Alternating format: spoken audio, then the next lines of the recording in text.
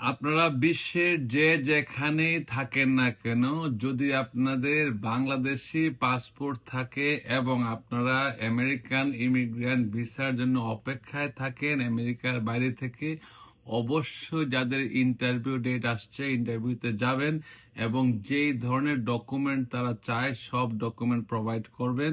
হতাশ না হয়ে প্রসেসটা সম্পন্ন করবেন। অনেকেই এখনো প্রশ্ন করেন যে ৭৫টা দেশের যে ইমিগ্রেন্ট ভিসা স্থগিত ছিল এগুলা কি এখনো স্থগিতাদেশ উড্র হয়েছে কিনা। এখনো কোনো উড্র হয় নাই এবং বিভিন্ন সোশ্যাল মিডিয়ায় বিভিন্ন ধরনের লোক বা প্রতিষ্ঠান ভিউ পাওয়ার জন্য তারা একটা ডিফারেন্ট আইডিয়া তৈরি করছে। আসলে আমরা কেউ এখনো জানি না। আমি এই দেশে 20 ইয়ার্স যাবৎ আমেরিকাতে অ্যাটর্নি এট ল হিসেবে কাজ করছি। আমেরিকার সর্বোচ্চ আদালত supreme court of the United states, আমি একজন গর্বিত অ্যাডমিটেড অ্যাটর্নি এট ল। সেই হিসাবে বলতে পারি এখনো কেউই কিছু জানে না। তবে আপনাদের উচিত হবে কোনো ধরনের ইন্টারভিউ যেন আপনারা স্কিপ না করেন, যখন যা তাই সেই ডকুমেন্টগুলো আপনারা প্রোভাইড করবেন এবং ইনস্ট্রাকশনগুলো ফলো করবেন। যখনই এটা ভিসাটা দেওয়া শুরু হবে আপনাদেরকে অগ্রাধিকার ভিত্তিতে ভিসা দেওয়া হবে। হতাশ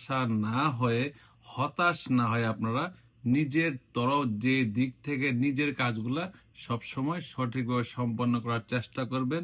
মিথ্যা তথ্য দেবেন না, সত্য তথ্য দিয়ে আমরা যে কোনো কেস আইনিভাবে আপনাদের পক্ষে লড়াই করতে পারি।